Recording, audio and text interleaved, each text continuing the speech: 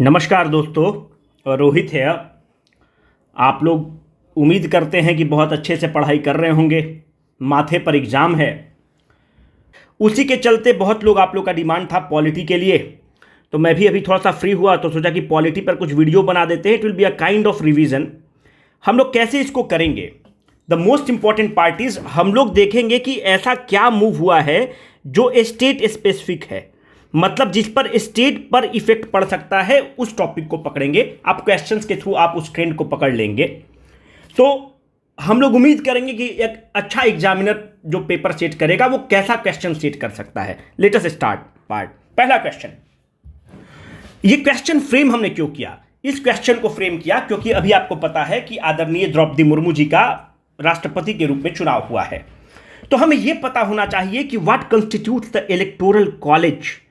Electoral college को constitute कौन करता है? क्योंकि एक बढ़िया क्वेश्चन सेटर तो ये बना ही देगा ना कि इलेक्टोरल कॉलेज में क्या क्या है। इलेक्टोरल कॉलेज में कौन कॉन्स्टिट्यूट करता है? देखिए, पहले यह आपको पता होना चाहिए कि द राष्ट्रपति is called the first citizen. Why राष्ट्रपति is called the first citizen? इसलिए क्योंकि अगर आप सेंसस देखेंगे तो सेंसस में पहला नाम राष्ट्रपति महोदया से स्टार्ट होगा। दूसरी बात, अगर आप वोटर लिस्ट देखेंगे तो पहला नाम राष्ट्रपति से स्टार्ट होता है। अगर आप वारंट ऑफ प्रेसिडेंस देखेंगे तो वारंट ऑफ प्रेसिडेंस में सीनियरिटी में सबसे एक नंबर पर राष्ट्रपति हैं, इसलिए राष्ट्रपति is the first citizen of the India. Electoral college में कौन कॉन्स्टिट्यूट करता है? Member of parliament vote plus member of legislative assembly vote. What I wanted to emphasise is, यहां पर मेंबर ऑफ पार्लियामेंट तो वोट करेंगे, but only the elected member of the parliament have the right to vote. Subramaniam स्वामी नहीं कर पाएंगे, राकेश सिन्हा नहीं कर पाएंगे। Only the elected member of the parliament can vote. MLC vote नहीं कर पाएंगे। मेरा बस मकसद ये था कि आपको ये बता दे कि इलेक्टोरल कॉलेज में एमएलसी वोट नहीं करता है। एमएलसी क्यों नहीं वोट करता है? कभी आपने सोचा क्यों नहीं वोट करता है? एमएलसी अगर आप देखेंगे तो एमएलसी का चुनाव क्या होता है? अगर आप देखेंगे कि एक ग्रेजुएट कॉन्स्टिट्यूएंसी से चुने जाते हैं, एक टीचिंग कॉन्स्टिट्यूएंसी से चुने जाते हैं, एक लोकल बॉडीज से चुने जाते हैं। दूसरी बात, कितने एमएलसी राज्यों में है? कुछ ही राज्य में, 6-7 राज्य में है एमएलसी। तो एमएलसी तो एक तो है कि लिमिटेड नंबर ऑफ स्टेट्स में है। दूसरी बात कि ये जो स्पेसिफिक कम्युनिटी को रिप्रेजेंट करता है, ग्रेजुएट कॉन्स्टिट्यूएंसी को, टीचर्स को, इनको तो हमने ऑलरेडी काउंट कर रखा है भैया। ये जब एमएलए का वोट हो रहा था तो वहां पे तो ये वोट कर चुके हैं। तो it will be a kind of a double counting. दूसरी बात, हर स्टेट में नहीं है, तो एक तरह से मतलब आप उसको क्या कर रहे हैं? बायसनेस आप शो कर रहे हैं। एमएलसी वोट नहीं करता है, मेरा बताने का मकसद मात्र ये था। तो एमएलसी के कौन कौन सदस्य हैं? राबड़ी जी एमएलसी के सदस्य हैं, नीतीश कुमार जी एमएलसी के सदस्य हैं, तेजस्वी यादव एमएलसी के नहीं हैं। तेजस्वी यादव बिहार विधानसभा के सदस्य हैं। तारा किशोर प्रसाद जी बिहार विधानसभा के सदस्य हैं। ये दोनों वोट नहीं कर सकते हैं। They are not liable to vote as the MLC are not suppose to vote in the election to the president. Another question is, election to the president कैसा होता है? ओपन बैलेट होता है कि सीक्रेट बैलेट होता है? ये secret ballot से होता है। दूसरी बात, कौन सा आर्टिकल डील करता है? हमको लगता है कि आर्टिकल नंबर 54, 55, 62 वगैरह तक राष्ट्रपति महोदय से डील करता है। कैसा वोटिंग पैटर्न है? प्रोपोर्शनेट वोटिंग पैटर्न है। क्या होता है प्रोपोर्शनेट वोटिंग पैटर्न? अब ये बड़ा टॉपिक बन जाएगा। इस पर हमने ऑलरेडी एक बहुत ही बड़ा वीडियो बना रखा है। जस्ट गो सॉरी जाकर उसको वॉच करिए। Let us move. When the president rule is imposed in the state legislative power, this is excellent question. When the president rule is imposed in the state legislative power of the state legislature gets vested in. Correct answer is parliament. अब ये देखिए, जब president rule हमने लगा दिया, पहली बात कि प्रेसिडेंट रूल किस आर्टिकल से लगता है? प्रेसिडेंट रूल आपको लगता है आर्टिकल नंबर 356 से लगता है। इसको अंबेडकर साहब प्रेसिडेंट रूल को क्या कहते हैं? इसको डेड लेटर कहते हैं कि it is a dead letter. अब देखिए, जैसे राष्ट्रपति शासन लगा, राष्ट्रपति शासन क्यों लगना चाहिए बताइए? कि अगर मानते हैं कि बिहार में रेप हो गया और केंद्र की सरकार राष्ट्रपति शासन लगाना चाहती है, लगा सकती है क्या? बिल्कुल नहीं लगा सकती है। अब लगाने के लिए तो आप कुछ भी लगा सकते हैं, पर it will be challenge in the court of the law. But as a matter of the precedence, you cannot, as a matter of principle, as a matter of the constitutionality, you cannot apply the Rashtrapati Shasan in the case of a rape. Why? Because this is an administrative failure of the state. ये state का administrative failure है। पर emergency का प्रावधान क्यों है? Constitutional machinery जब fail कर जाएगा, when the constitutional machinery will fail, then only the president rule will come into effect. What is a constitutional machinery? मानते हैं कि बिहार विधानसभा में 122 किसी के पास आ ही नहीं पाया, कुछ भी जुगाड़ नहीं बैठ पाया, और मानते हैं कि किसी भी पार्टी के पास सरकार बनाने के लिए बहुमत नहीं आ पाया। उस केस में क्या कॉन्स्टिट्यूशनल मशीनरी फेल कर गया? Yes, the constitutional machinery failed. क्यों? आप सरकार नहीं बना पाएंगे। जब आप सरकार नहीं बना पाएंगे तो गवर्नर को एडवाइस कौन करेगा? The governor has to be advised by the council of minister, so the governor can not do his or her the constitutional duty. If the governor is failing to do the discharge the constitutional duty, it is a clear-cut case of a constitutional machinery breakdown, and the president rule will pitch in. समझ में आ गया बात यहाँ तक? तो constitutional president rule आपके लिए तभी लगता है जब कॉन्स्टिट्यूशनल मशीनरी फेल करता है। इसके लिए एक बहुत फेमस केस रहा, एसआर बोमई केस। अगर आपसे पूछे कि एसआर बोमई केस किससे संबंधित है, तो देखिए वो तो कहता है कि सेकुलरिज्म के बारे में बहुत चीज पे कहता है, पर एसआर बोमई केस का एक चीज बहुत ही पिक्यूलियर है। एसआर बोमई केस कहता है कि स्ट्रेंथ किसकी बहुमत है? The strength has to be tested on the floor of the house. जो बहुमत है उसको हाउस के फ्लोर पर आप टेस्ट करेंगे। ये बहुत ही लैंडमार्क जजमेंट है एसआर बोमई केस का। अब देखिए, थोड़ा सा आगे और बढ़ते हैं। प्रेसिडेंट रूल आपने इंपोज किया, आपका ड्यूटी कौन करेगा प्रेसिडेंट रूल में? Under the case of the president rule the parliament will work, आपका वो कानून बना रहा है, बट एग्जीक्यूटिव फंक्शन किसमें वेस्ट होगा? जो एग्जीक्यूटिव मानते हैं, जैसे नीतीश कुमार जी का एग्जीक्यूटिव कौन है? नीतीश कुमार जी का council of minister. The executive functions will be discharge by whom? It will be discharge by the president. अब आपके जहन में क्वेश्चन आएगा कि वो तो गवर्नर साहब करते हैं। गवर्नर इज नो वन, तनखैया हैं राष्ट्रपति के गवर्नर साहब। 2 दिन उनको मन करेगा बुला लेंगे कि आपका खत्म हुआ, तनखैया हैं उनके। राष्ट्रपति शासन में the executive power will be vested in the president will discharge his duty through the governor. Are you getting this? It is not vested in the governor. The executive power is vested in the राष्ट्रपति will discharge his duty through the governor। अपने तनखैया के साथ कर लेंगे। राष्ट्रपति को आप कुछ भी कहिए, बॉस है, सुप्रीम कमांडर है, हम लोग कुछ भी उसको कहे, है ना। National emergency can be imposed in only one part of the country as per which constitutional amendment act. देखिए, इसको इसलिए डाले हैं कि बहुत लोग इसको 44वां कॉन्स्टिट्यूशनल अमेंडमेंट एक्ट आज कहेगा। ये क्वेश्चन हमसे मंथन पूछा था, तो हमको क्वेश्चन अच्छा लगा तो इसको हमने इंक्लूड कर लिया। देखिए, वो होता क्या है कि नेशनल इमरजेंसी, पहले हमें यह पता होना चाहिए कि नेशनल इमरजेंसी किस ग्राउंड पर लगता है। नेशनल इमरजेंसी जो है एक ग्राउंड पर लगेगा वार पर, एक ग्राउंड है एक्सटर्नल एग्रेशन पर, और एक ग्राउंड है आपको इंटरनल डिस्टर्बेंस पर। इंटरनल डिस्टर्बेंस को अब चेंज करके आर्म्ड रिबेलियन कर दिया गया है। आपने पढ़ा होगा, आर्म्ड रिबेलियन इसको कर दिया गया है। Now the question is, armed rebellion क्यों किया गया? ये armed rebellion 44th sorry, armed rebellion कब किया गया? 44th कॉन्स्टिट्यूशनल अमेंडमेंट एक्ट के थ्रू किया गया। आर्म्ड रिबेलियन अपने कर दिया गया क्या? जनता पार्टी की सरकार थी, एक कमीशन बनती है, वो कमीशन बनती है शाह कमीशन। वो रिकमेंड करती है कि भाई इंटरनल डिस्टर्बेंस तो बहुत ही एक वेग टर्म है, आर्म्ड रिबेलियन होना चाहिए। जब वो आर्म्ड रिबेलियन होगा तब आप लगा सकते हैं। अब मेरा आपसे सिंपल क्वेश्चन है कि भाई वार और एक्सटर्नल एग्रेशन में क्या अंतर है? एक ही चीज तो हुआ, एक चीज नहीं हुआ।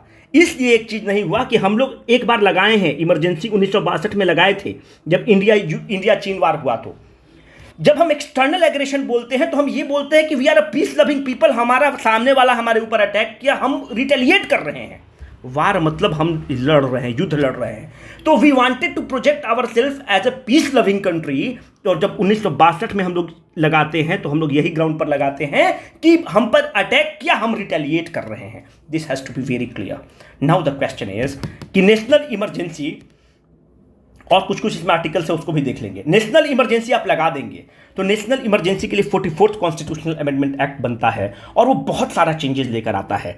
वो कहता है 44th कॉन्स्टिट्यूशनल अमेंडमेंट एक्ट में कि नेशनल इमरजेंसी तो तुम लगा सकते हो भाई, लेकिन prime minister and his council of minister must give it in the writing to the राष्ट्रपति।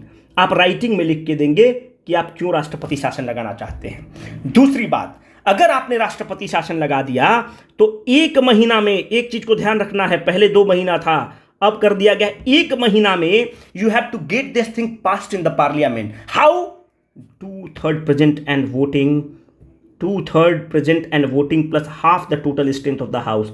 जो नए लोग हैं भाई, इस पर पूरा वीडियो बनाया हुआ है, प्लेलिस्ट जाकर एक बार जरूर देख लीजिए, नहीं तो बहुत धोखा हो जाएगा। ये वही मेजोरिटी है, टाइप्स ऑफ मेजोरिटी में आपको बताए थे, जो सीएजी को इंपीच करने में इस्तेमाल होता है, जज को इंपीच करने में इस्तेमाल होता है, और जो सबसे हार्ड मेजोरिटी अपने संविधान में है वो है राष्ट्रपति को इंपीच करना, 2/3 the total strength of the house.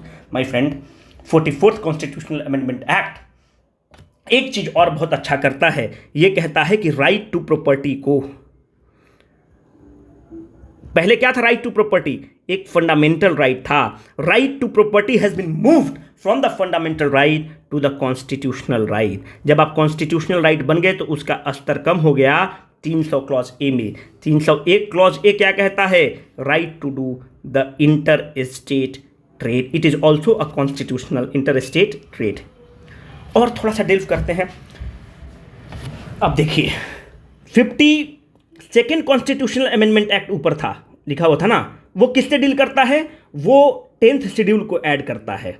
10th schedule में क्या होता है मेरे दोस्त, 10th शेड्यूल में एंटी डिफेक्शन लॉ को ऐड किया जाता है ना। अब देखिए उसमें और क्या था, 91st constitutional amendment act. 92nd constitutional amendment act के बारे में आपको चित्कार मार मार के बता चुके हैं कि पहले 18 भाषा था 8वां शेड्यूल में, और 4 भाषा को ऐड किया गया, बोडो को, मैथिली को, संथाली को, डोगरी को। 91st constitutional amendment act is very important for us in the sense that ये 2 काम करता है 91st कॉन्स्टिट्यूशनल अमेंडमेंट एक्ट। पहला काम ये करता है, देखिए पॉलिटी बहुत इंटरेस्टिंग चीज़ है, हम लोग पॉलिटी पर उतना वीडियो नहीं बना पाए जितना हम लोग को बनाना था, समय का अभाव था, फिर भी हम लोगों ने 90% के आसपास कंटेंट आपको डाल दिया है।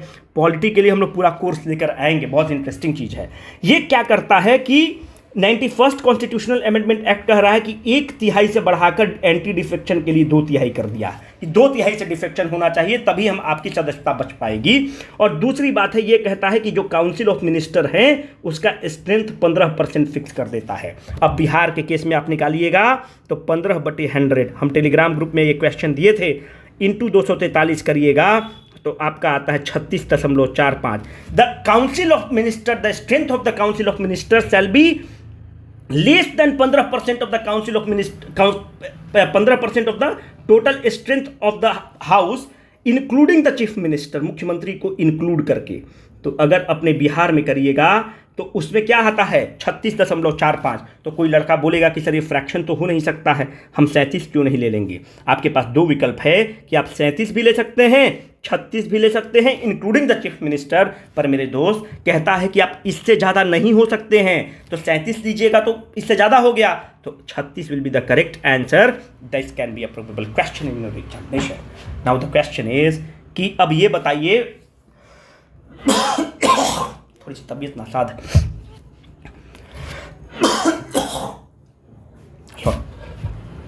मेन स्पिरिट ऑफ द 73वां एंड 74वां, अभी हमने एक पूरा इस पर एक वीडियो बनाया है 73rd and 74th constitutional amendment act Panchayati Raj व्यवस्था पे। तो आपको पता होना चाहिए कि आर्टिकल नंबर 40 उससे डील करता है। आर्टिकल नंबर 40 किस चीज़ की बात करता है, आर्टिकल नंबर 40 ग्राम पंचायत की बात करता है। जब वो ग्राम पंचायत की बात करेगा तो एक तरह से वो 73वां और 74वां कॉन्स्टिट्यूशनल अमेंडमेंट एक्ट की बात कर रहा है।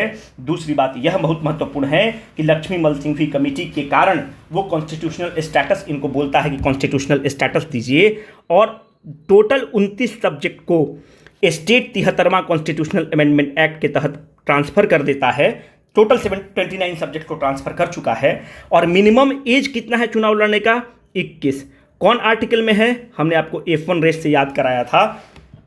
एक आर्टिकल है 243 के, वो अमरेश भाई बहुत अच्छा याद कराएं कि के मतलब के कराई इलेक्शन, तो स्टेट इलेक्शन कमीशन कराई इलेक्शन, है ना। तो 243 के इज स्टेट इलेक्शन कमीशन करवाएगा इलेक्शन, है ना। इस तरह से हम लोग इसको कर चुके हैं। आर्टिकल 38 क्या कहता है, article 38 44th constitutional amendment act के द्वारा आता है, और ये कहता है कि टू मिनिमाइज, अच्छा 36 to 51 क्या है जी, आर्टिकल 36 to 51 क्या है, directive principles of the state policy, नीति निर्देशक तत्व। कहाँ से हम लोग लिए हैं डीपीएसपी को, आयरिश कॉन्स्टिट्यूशन से लिए हैं। तो ग्रैंड छोड़िए सब, मेंस में अब आ जाएगा, वो ज़्यादा हो जाएगा।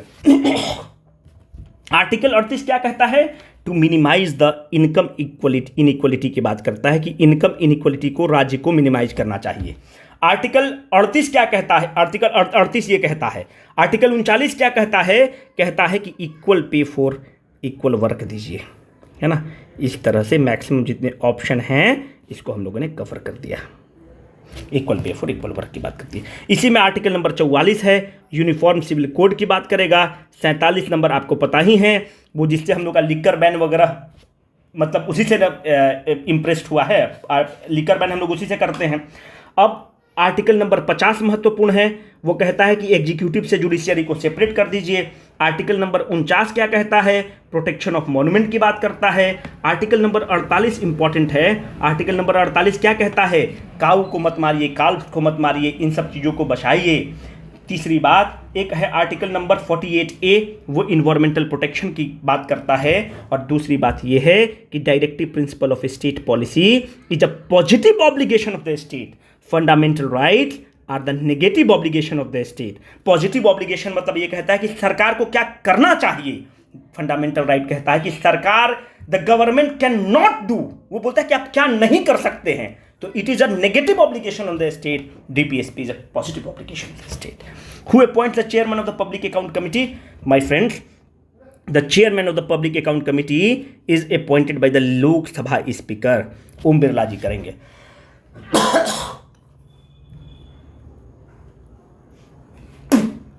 लोकसभा स्पीकर करेंगे। जो पब्लिक अकाउंट कमेटी है, it is one of the most powerful committee. जो पब्लिक अकाउंट कमेटी है, अभी आप देखिए कब ये एग्जिस्टेंस में पहली बार आया? 1921 में आया। कौन सा एक्ट इसका प्रावधान लेकर आया? मॉन्टगू चेम्सफोर्ड रिफॉर्म 1919 इसको लेकर आया। कितने सदस्य होते हैं? 15 लोकसभा के सदस्य होंगे, 7 राज्यसभा के सदस्य होंगे। अभी कौन है? अधीर रंजन चौधरी। कितने साल के होंगे? 1 साल का होगा। मिनिस्टर इसका कभी मेंबर नहीं बन सकता है। And it is the one of the most powerful account committee which keeps a check on the executive. It is a tool through which the parliament keeps a check on the executive. ये जितना CAG वगैरह का report होता है सब यही जांच करता है। Who is normally the chairman of the political affairs committee? This is an excellent question. Prime minister साहब को कहा जाता है कि पॉलिटिकल अफेयर्स कमिटी के चेयरमैन है। The prime minister is the chairman. The prime minister is the chairman of the political affairs committee. इसलिए बहुत महत्वपूर्ण है मेरे दोस्त कि पॉलिटिकल अफेयर्स कमेटी को अगर आप देखेंगे, इसको सुपर कैबिनेट कहा जाता है। क्यों सुपर कैबिनेट कहा जाता है? क्योंकि ये जो पॉलिटिकल अफेयर कमेटी है, सारे डोमेस्टिक मामलों पर और इंटरनेशनल रिलेशन के मामलों पर यही निर्णय लेता है। Political affair committee, prime minister इसको हीड करते हैं। एक होता है parliamentary affairs committee. There is a difference between the two. Parliamentary affairs committee is headed by the honourable home minister. Home minister एक और कमेटी को हीड करते हैं, उसको कहते हैं जोनल काउंसिल। जोनल काउंसिल अभी कितने हैं? 5 हैं। जोनल काउंसिल कौन सा बॉडी है? कॉन्स्टिट्यूशनल बॉडी है कि स्टैट्यूटरी बॉडी है? स्टैट्यूटरी बॉडी है। क्यों? क्योंकि स्टेट रीऑर्गेनाइजेशन एक्ट के तहत बना हुआ है। जब आप पार्लियामेंट के किसी एक्ट से बनते हैं तो आपको स्टैट्यूटरी बॉडी बोलते हैं। एक और बॉडी है, इसको आप क्या कहते हैं? Inter state council. आपका सारा रिवीजन आज करा दिए। अब इससे ज़्यादा कुछ आएगा ही नहीं यार, इससे ज़्यादा क्या ही पूछेगा। सारा जो इंपॉर्टेंट चीज़ है वो हम रिवाइज करा दिए। इंटर स्टेट काउंसिल कैसा बॉडी है? कॉन्स्टिट्यूशनल बॉडी है। क्यों कॉन्स्टिट्यूशनल बॉडी है? संविधान का धारा 263 के तहत बनता है। कौन बनाता है? राष्ट्रपति बनाते हैं। क्यों बनाते हैं? केंद्र और स्टेट में अच्छा सामंजस्य बनाने के लिए बनाते हैं। हीड कौन करता है? ऑनरेबल प्राइम मिनिस्टर हीड करते हैं, पर राष्ट्रपति महोदय बनाते हैं। यार आई एम एक्सट्रीमली सॉरी, थोड़ा सा तबीयत खराब है, सर्दी लग गया है, दिल्ली में बारिश हुआ है, भीग गए हैं। Judicial review is mentioned in which article of the Indian constitution? Judicial review is not mentioned anywhere in the constitution. Judicial review जो है, concept of the judicial review अपना संविधान में कहीं मेंशन नहीं है। वो जुडिशियरी का इन्वेंशन है जिसके तहत वो चेक करता है। Right to legal representation has its genesis in which article of the Indian Constitution? This is an important question कि कहाँ पर है। आपको पता होना चाहिए कि आर्टिकल नंबर 22 क्या किस चीज से डील करता है? Article number 22 protection in the case of. Article number 22 क्या कहता है? Protection in terms of, in respect of arrest and detention. आप अगर किसी को अरेस्ट करना चाहते हैं, डिटेन करना चाहते हैं, उसके रिलेटेड है आर्टिकल नंबर 22। इसमें क्या कहता है कि you can not arrest a person on the ground of the suspicion, the ground of the arrest has to be intimated so that he can get his legal protection. अगर आपने मुझे arrest किया तो आप मुझे पहला काम क्या करेंगे, ग्राउंड बताएंगे कि किस ग्राउंड पर आप हमको अरेस्ट किए। जैसे आप हमको ग्राउंड बताएंगे या मेरे रिश्तेदार को ग्राउंड बताएंगे तो वो क्या करेगा, जब हमको ग्राउंड पता होगा तो मेरे लिए वो लीगल काउंसिल का इंतजाम करेगा। जैसे लीगल काउंसिल का इंतजाम किया तो राइट टू लीगल रिप्रेजेंटेशन हो गया, वकील साहब हमारा केस लड़ेंगे। दूसरी बात ये है कि इसमें यह है कि आप देखते होंगे कि बेल इज द नॉर्म कहा जाता है कि bail is the norm, it can be only avoided if the court thinks that he can influence the evidence और कैन एस्केप द लॉ। तभी बेल, देखिए अपने संविधान में अपना इतना सुंदर संविधान बनाया हुआ है कि बेल नॉर्म है, जेल नॉर्म नहीं है। बेल इज द नॉर्म, ये सब मेंस में हम लोग जब पढ़ेंगे ना तो इसको डील खूब अच्छे से करेंगे। बेल इज द नॉर्म, वो तब बेल अवॉइड करेंगे जज साहब जब उनको लगेगा कि ये एविडेंस के साथ टैंपर कर सकता है, पावरफुल पर्सन है, या फिर भाग सकता है, स्किप कर सकता है, नहीं तो वो बेल नहीं देते हैं। आर्टिकल 22 इज वेरी इंपॉर्टेंट, ठीक है। एक है आर्टिकल 20 और एक है आर्टिकल 21। आपको पता होना चाहिए कि जब इमरजेंसी लग जाएगा देश में तो फिर भी आर्टिकल नंबर 20 और 21 नहीं सस्पेंड होता है। Article 21 right to the life है। आर्टिकल 20 किस चीज़ की बात करता है? आर्टिकल 20 कहता है कि एक व्यक्ति को आप डबल जियोपार्डी नहीं कर सकते, उसको एक गलती के लिए दोबारा सजा नहीं दे सकते, और एक व्यक्ति को आप अरेस्ट ऐसे नहीं कर सकते हैं और उसको अपने खिलाफ ही गवाह नहीं बना सकते हैं, और भी चीज़ें हैं। पर ये याद रखिएगा कि 20 और 21 इतने इंपॉर्टेंट आर्टिकल हैं कि आप इमरजेंसी लगाने पे भी सस्पेंड नहीं कर सकते हैं। अभी एक इमरजेंसी की बात हुई थी तो हमने बताया था, कहाँ गया, जो इमरजेंसी की हम लोग बात कर रहे थे, जगह ही नहीं बच रहा। जब हम लोग इमरजेंसी की बात कर रहे हैं तो इमरजेंसी में article number 42 constitutional amendment act के तहत ये कहा जा रहा है कि what is the point of imposing the emergency in the whole country. अगर मानते हैं कि जम्मू एंड कश्मीर में कुछ प्रॉब्लम हो रहा है, impose the emergency in the Jammu and Kashmir, what is the point of imposing the emergency in the Tamil Nadu. Tamil Nadu में इंपोज करने का कोई मतलब ही नहीं है। तो 42 कॉन्स्टिट्यूशनल अमेंडमेंट एक्ट ये कहता है कि impose the things, impose the article in, you can impose the article in only one part of the country. This is a very important article. This 42nd constitutional amendment act एक चीज और कहता है कि advice of the council of minister is binding on the राष्ट्रपति। बहुत important है। क्यों कहता है, why ऐसा है कि why the advice of the council of minister is binding on the राष्ट्रपति? इस चीज को कभी आपने सोचा है क्यों? देखिए, अगर आप देखेंगे अपना डेमोक्रेटिक सेटअप देखिएगा तो आप डेमोक्रेटिक सेटअप में ये पाएंगे कि अगर 2 पावर सेंटर आपने क्रिएट कर दिया, जैसे कि आप दिल्ली को आप समझिए, दिल्ली में जब आपने 2 पावर सेंटर क्रिएट कर दिया, you have a LG and you have a chief minister, तो जब इस पर आएगा तो इस पर ट्रांसफर करेगा, इस पर आएगा तो इस पर ट्रांसफर कर देगा। ये बोलेगा कि पुलिस मेरे अंदर नहीं है, ये बोलेगा कि इनका गलती है, ये पुलिस को कार नहीं दिए, है ना, दोनों का प्रॉब्लम लड़ते रहेगा। तो if you have the 2 power centre then there will be always a tussle, हमेशा टसल होगा।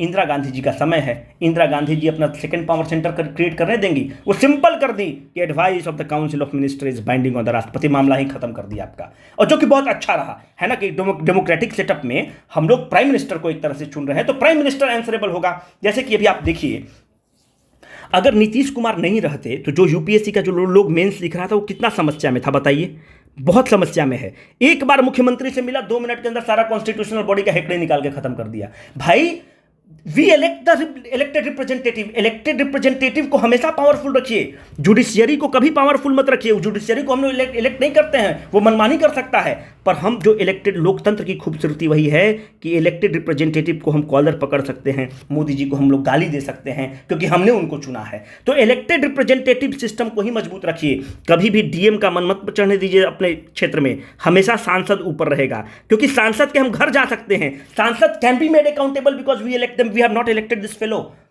ठीक है, तो ये तनासा हो जाएगा। तो यही सिस्टम अपना रखा गया कि 42वां कॉन्स्टिट्यूशनल अमेंडमेंट एक्ट में advice of the council of minister को बाइंडिंग कर दिया जाता है और 2 पावर सेंटर क्रिएट करने से बचाया जाता है। Approval for the emergency by the parliament must be done. अभी हमने आपको ऊपर बताया कि अप्रूवल जो है पहले 2 महीना था, अब क्या है ना कि 1 महीना के अंदर आपको अप्रूवल ले लेना है, 2/3 present and voting and half the total strength of the house. ये भी बढ़िया क्वेश्चन है, चूंकि स्टेट पीसीएस का एग्जाम है तो पूछ सकता है कि oath of the governor is administered by, the oath of the governor is administered by chief justice. ये तो यहाँ पे हम गवर्नर डाल ही नहीं पाए, अच्छा कोई नहीं, oh sorry, oath of the governor, देखिए गवर्नर को पहले हम लोग देखते हैं कि गवर्नर साहब को अपॉइंट कौन करता है। The governor is appointed by the president. Governor साहब को अपॉइंट कौन करता है? राष्ट्रपति महोदय करते हैं। गवर्नर साहब को ओथ कौन दिलाता है? ओथ गवर्नर साहब को दिलाएंगे chief justice of the concern state, chief justice of the concern high court दिलाएंगे। हाईकोर्ट को कौन अपॉइंट करेगा? हाईकोर्ट के चीफ जस्टिस को राष्ट्रपति साहब ही अपॉइंट करेंगे। राष्ट्रपति will appoint. Who will administer the oath? Administer करेंगे गवर्नर साहब। Governor will administer the oath of the, दोनों एक दूसरे के ओथ को एडमिनिस्टर करेंगे। एक चीज़ ये बताइए कि अभी जो बीपीएससी के जो चेयरमैन हैं प्रसाद जी, अतुल प्रसाद जी, अगर इनको हटाना है तो कौन हटा सकता है? गवर्नर साहब हटा देंगे, है ना? अगर ऐसा सोचे हैं तो सल्फास खा लीजिए, है ना? इसको हटाने का पावर, अच्छा इनको नियुक्त कौन करेगा? जो बीपीएससी के चेयरमैन हैं, he is appointed by the governor, but he can be removed by whom? He can be removed by only the president of the India. Now the question is आखिर में ऐसा क्यों किया गया है? देखिए इसी तरह से हम आपको बता रहे हैं कि जो भी कॉन्स्टिट्यूशनल बॉडी रहेगा, कॉन्स्टिट्यूशनल बॉडी को इंडिपेंडेंट बनाया जाएगा, उसको पावरफुल बनाया जाएगा। स्टेट पीसीएस वाला कौन सा आर्टिकल में पड़ता है? आर्टिकल नंबर 14 में पड़ता है। He can be removed only by the president, not the governor. Governor can only appoint him. कौन से आर्टिकल से? अच्छा बिहार जो बीपीएससी कब आता है एग्जिस्टेंस में? 1 अप्रैल 1949। अब इससे ज़्यादा और क्या आपका रिवीजन कराएंगे? जो भी हो गया सब आपको आज करा दिए। कौन सा आर्टिकल डील करता है? और ले लो, 315 से 323 आर्टिकल डील करता है। अभी तो बताया राइट टू प्रॉपर्टी क्या है। हमको ये इसमें बताना है कि आप फंडामेंटल राइट मत टिक करिएगा। Right to property is a constitutional right. कैसे आया है कॉन्स्टिट्यूशनल राइट से? अभी हम आपको बताएं कि इसमें देखिए हम लोग को प्रॉम्प्ट करेगा 42वां कॉन्स्टिट्यूशनल अमेंडमेंट एक्ट दे देगा, और हम लोग को लगता है कि मैक्सिमम चीज़ 42वां में किया गया है तो हम लोग 42वां मार देते हैं। इसीलिए हम आपको बताए हैं कि 42वां में नहीं किया गया है, 44th कॉन्स्टिट्यूशनल अमेंडमेंट एक्ट में किया गया है। और 44th कॉन्स्टिट्यूशनल अमेंडमेंट एक्ट में फंडामेंटल राइट का पायदान सबसे ऊपर है। 2 नंबर पे कॉन्स्टिट्यूशनल राइट आएगा, बाद में स्टैट्यूटरी राइट्स आएंगे। अब आप हमको कमेंट बॉक्स में बताइएगा कि लॉ कमीशन जो है वो कौन सा बॉडी है? स्टैट्यूटरी बॉडी है, कॉन्स्टिट्यूशनल बॉडी है, कौन सा बॉडी है? ठीक है, स्टैट्यूटरी बॉडी है कि कॉन्स्टिट्यूशनल बॉडी है कि कौन सा बॉडी है? एक बार बताइएगा जरूर। अभी कौन है 21वां लॉ कमीशन का? BS चौहान थे, है ना? BS चौहान है। Jharkhand was cast from the Bihar. एक सिंपल सा क्वेश्चन है, हम इसलिए लिए क्योंकि झारखंड हम लोग से अलग हुआ है। तो जब झारखंड अलग हुआ है तो सोचे कि कम से कम एक क्वेश्चन आपको ले लेते हैं कि आपको दिक्कत नहीं हो। झारखंड जब हम लोग से अलग होता है तो हम लोग का दिल का टुकड़ा है झारखंड। हमारे आप स्कूल में जाइएगा, अगर पत्थर मारिएगा ना तो स्कूल से सीधे चला जाता है झारखंड। वो तो हम लोग बच गए, नहीं तो चले जाते। देखिए हर स्टेट का एक अपना प्राइड है, पर बिहारी होने का एक अलग प्राइड है ना? हर स्टेट का अच्छा है ना, कि being Bihari is the first among the equals. Her state का अपना प्राइड है, पर है ना? चलिए डिबेटेबल टॉपिक में चले जाना मुश्किल हो जाएगा, है ना? 45.85% ऑफ द लैंड लेकर झारखंड हम लोग से गया। कितने नंबर का स्टेट बना झारखंड? 28 नंबर का स्टेट बनता है। कितना जिला लेकर गया था? 18 जिला लेकर गया है। कब हुआ है? बना कब है? 15 नवंबर 2000 को बना है। अब 15 नवंबर को भी एक दिवस के रूप में सेलिब्रेट किया जाता है। गूगल करिए, सब चीज़ स्पून फीडिंग नहीं करेंगे। कौन से आर्टिकल से? आर्टिकल नंबर 3 में ये प्रावधान है। क्यों हम ये क्वेश्चन फ्रेम किए? आपको लगा होगा ऐसे ही फ्रेम कर दिए, नहीं। अभी आप देखिए कि दिल्ली में और पूरे राज्य में मिथिलांचल का लोग सम्मेलन किया है कि हमको एक अलग राज्य बना दो, है ना? तो अभी कौन ठीक है? अगर क्वेश्चन सेटर अच्छा हो जाए तो इस पर बना सकता है ना? तो इसीलिए इस क्वेश्चन को स्टेट किए हैं। Who was not the member of the constituent assembly from the Bihar? ये कॉमन सेंस का क्वेश्चन है। हमने पूरा आपको लिस्ट ही दे दिया है कि लो लिस्ट देख लो। थोड़ा सा अपने भी मेहनत किया करिए कि कौन कौन हैं। अनुग्रह बाबू हैं कि नहीं हैं? ये जयपाल सिंह मुंडा हैं, है ना? अब इसमें आप देखिए कि दरभंगा के राजा हैं कि नहीं हैं, है ना? थोड़ा सा अपने भी इसको करिएगा। PDF हम ग्रुप में टेलीग्राम में अपलोड कर देंगे। When the office of the speaker and the deputy speaker is vacant, then the duty of the office of the speaker is performed by. Correct answer is as decided by the president. हम इसलिए दिए हैं क्योंकि बहुत लोग इसमें मार देगा the panel of the chairperson. भाई जब स्पीकर साहब प्रेजेंट हैं, जब डिप्टी स्पीकर साहब एब्सेंट हैं, स्पीकर साहब एब्सेंट हैं, डिप्टी स्पीकर साहब एब्सेंट हैं, उस केस में जो पैनल ऑफ चेयरपर्सन 10 ठो बना हुआ है वो काम करेगा, स्पीकर का पद लेगा। पर अगर ये वैकेंट है, there is a difference between the two. अगर एब्सेंट है तब तो करेगा पैनल ऑफ द चेयरपर्सन। अगर वैकेंट है तब वो ड्यूटी को डिस्चार्ज करेगा, जिसको राष्ट्रपति महोदय बोलेंगे वो ड्यूटी को डिस्चार्ज करेगा और इलेक्शन को यथाशीघ्र कराया जाएगा। यहां पर बताते चले कि अगर लोकसभा एडजर्न मतलब जब डिसॉल्व होता है तो स्पीकर अपना पद नहीं छोड़ते हैं, स्पीकर अपने पद पर कंटिन्यूड रहते हैं और वो तब छोड़ते हैं जब नया स्पीकर उनके पद पर आ जाता है। तो दिस इज वेरी इंपॉर्टेंट, है ना, इसको याद रखिएगा। The first session of the first Lok Sabha commenced on, कुछ फैक्ट देख लिया जाए, 13 मई 1952 को। पहले स्पीकर जीवी मावलंकर साहब, पहले डिप्टी स्पीकर एनगर साहब। Can be a question. अब देखिए थोड़ा सा आपसे वो ये बता देते हैं, फिर बिहार वाला क्यों छोड़े, है ना। जो अपना लेजिस्लेटिव असेंबली है, इसके पहले स्पीकर कौन बनेंगे? बिंदेश्वरी प्रसाद वर्मा। जो लेजिस्लेटिव काउंसिल है उसके पहले अध्यक्ष कौन बनेंगे? राजीव रंजन प्रसाद, है ना। अभी कौन कौन है?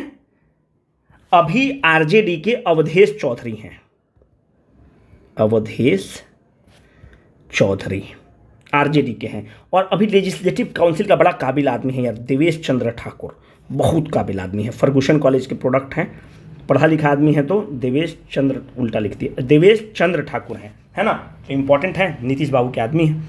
How many members are nominated to legislative council of the Bihar? इसको 10 बार आपको करा चुके हैं, 1/6। सिंपल सा याद रखिएगा।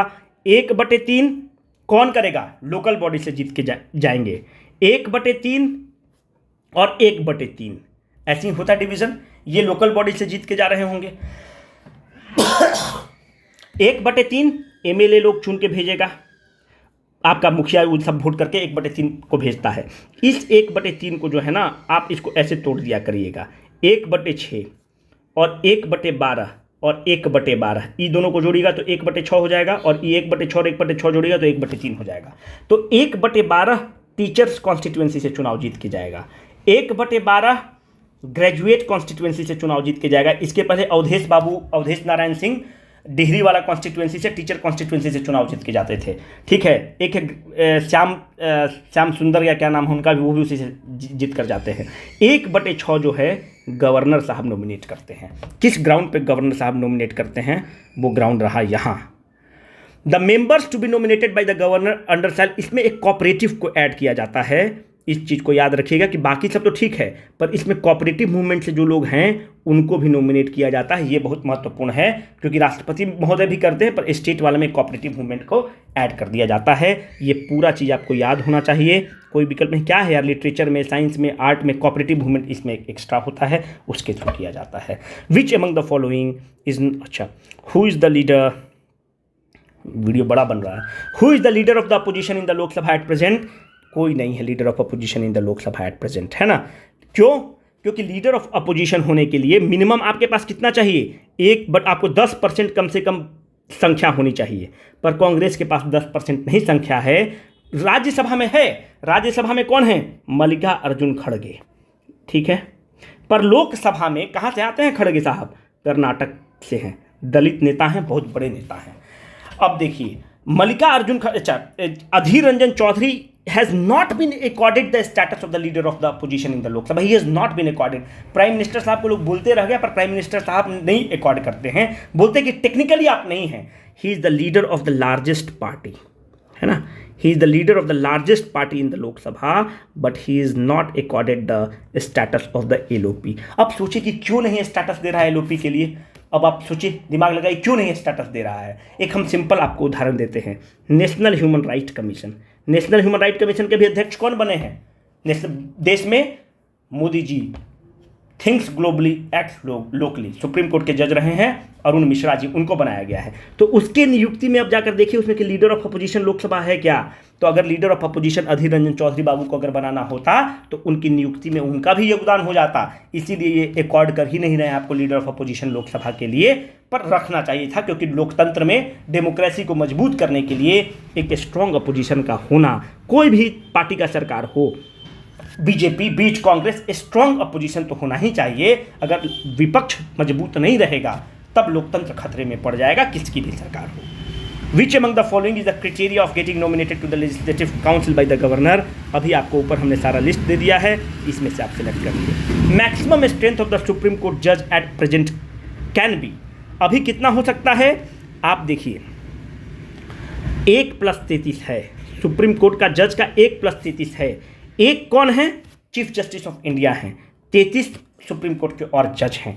एक चीज़ बताना है, chief justice of India is the master of the roster. ये मास्टर ऑफ द रोस्टर क्या होता है? मास्टर ऑफ रोस्टर मतलब यही बनाएंगे कि कौन सा बेंच में क्या जाएगा, कौन सा केस चला जाएगा। ठीक है, ये महत्वपूर्ण है। दूसरी बात कि एक है आर्टिकल नंबर 143। आर्टिकल नंबर 143 किससे डील करता है? Advisory jurisdiction of the supreme court to the president. राष्ट्रपति डॉन मांग दिया तो खत्म, बॉस है, सुप्रीम कमांडर है, मांग दिया तो आपको देना है एडवाइस, है ना। एडवाइस सुप्रीम कोर्ट का एडवाइजरी जुरिस्डिक्शन पे फॉलो करता है। ये बताइए कि अगर कोई कॉन्स्टिट्यूशनल मैटर पे डिस्कस करना है तो कॉन्स्टिट्यूशनल मैटर के लिए कॉन्स्टिट्यूशनल बेंच बनता है ना। अगर कोई मानते हैं कि कोई मैटर ऑफ द कॉन्स्टिट्यूशन है, मानते हैं कि EWS को आपको क्वेश्चन करना है, ठीक है, तो एक कॉन्स्टिट्यूशनल मैटर है, तो कॉन्स्टिट्यूशनल मैटर के लिए कॉन्स्टिट्यूशनल बेंच बनता है। और कॉन्स्टिट्यूशनल बेंच बनने के लिए मिनिमम 5 सुप्रीम कोर्ट का जज का होना अति आवश्यक है। Has to be greater than और इक्वल टू 5। दूसरी बात, और इसमें क्या बता दें, सब तो बता ही दिए। एक होता है जुडिशियल रिव्यू, जो भी आपको ऊपर बताए। जुडिशियल रिव्यू सुप्रीम कोर्ट भी कर सकता है, हाई कोर्ट भी कर सकता है, दोनों को जुडिशियल रिव्यू का पावर होता है। जुडिशियल रिव्यू में एक रीट का पावर होता है, हाई कोर्ट रीट जो इशू करता है 226 से करता है ना। और डिस्ट्रिक्ट कोर्ट वगैरह का माई बाप हाई कोर्ट होता है।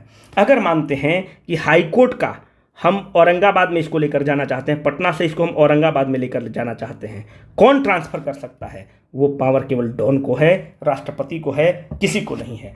1+33 है, मास्टर ऑफ द रोस्टर है, और इसमें तो हमको नहीं लगता कुछ बताने लायक है। और है क्या कुछ बताने लायक? नहीं। यहाँ पर एक चीज़ और बता देते हैं फिर। एक है आर्टिकल नंबर 76। आर्टिकल नंबर 76 किससे डील करता है? अटॉर्नी जनरल ऑफ इंडिया से डील करता है। अभी अटॉर्नी जनरल ऑफ इंडिया कौन है? के वेणुगोपाल। कभी देखिए फुर्सत के समय में केवल नेटफ्लिक्स मत करिए, है ना, बहुत ही लाइफ फॉलो हो जाएगा। कभी के वेणुगोपाल का बहस सुनिए। I had the privilege of listening to his argument twice, 2 बार सुनने का मौका मिला है। Here we had a battery of lawyers, जहाँ पे हम काम करते थे वहाँ का हम आपको बात कर रहे हैं।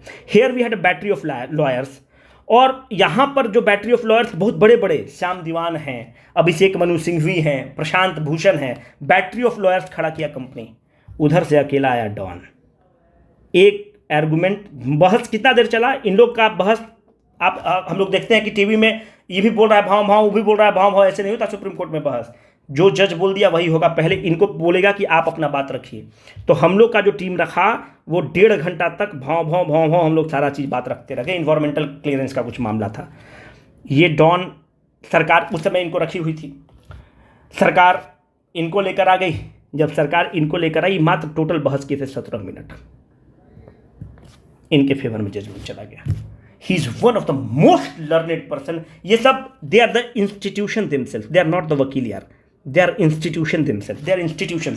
फली एस नरिमन हैं, के वेणुगोपाल हैं। बार बार ये आदमी कह रहा है कि हमको नहीं करना है, नहीं करना है, नहीं करना है। सरकार कह रही प्लीज प्लीज प्लीज आप अटॉर्नी जनरल रह जाइए, है ना। तो के वेणुगोपाल, अच्छा, attorney general of India is the highest law officer of the country. Is he barred from the private practice? No, he can do the private practice, he is not barred from the same. Can Attorney General of India vote? No, he can't vote. He can participate in the proceedings of the House of the Parliament, but he cannot vote. Attorney general आप किसको बनाते हैं? उस व्यक्ति को बनाते हैं जो सुप्रीम कोर्ट जज बनने का योग्य व्यक्ति होता है, उसको आप बनाते हैं। तो इसीलिए आप देखते हैं कि जो के वेणुगोपाल जब बहस करने आएंगे तो सुप्रीम कोर्ट का जज उनसे सम्मान से बात करेगा, क्योंकि वो व्यक्ति है जो सुप्रीम कोर्ट का जज बनने की सारी मेरिट को रखता है पर नहीं बना है। इस चीज को ध्यान रखेंगे, he is a very respectable person. दूसरी बात, के वेणुगोपाल क्यों नहीं वोट करते हैं? ये कभी आपने सोचा कि अटॉर्नी जनरल को अपना संविधान क्यों कहता है कि आप वोट नहीं कर सकते?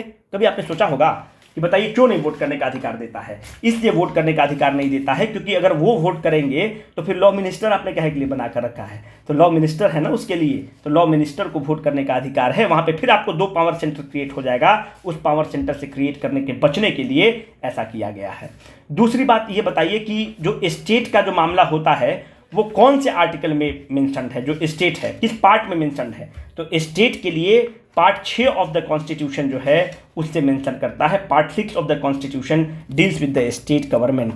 मतलब अगर आप आर्टिकल नंबर देखें तो आर्टिकल नंबर 168 से लेके 212 तक स्टेट से डील करता है, which is in the part 6 of the Indian constitution. Article 75 deals with the appointment of the prime minister. बिल्कुल इसमें कुछ भी नहीं कहा गया है कि लार्जेस्ट पार्टी को बनाएंगे, कुछ भी करेंगे। इसमें होता है कि राष्ट्रपति shall appoint the prime minister, खत्म। आर्टिकल 74 काउंसिल ऑफ मिनिस्टर से डील करता है, बिल्कुल। Article 164 post of the chief minister से डील करता है, बिल्कुल।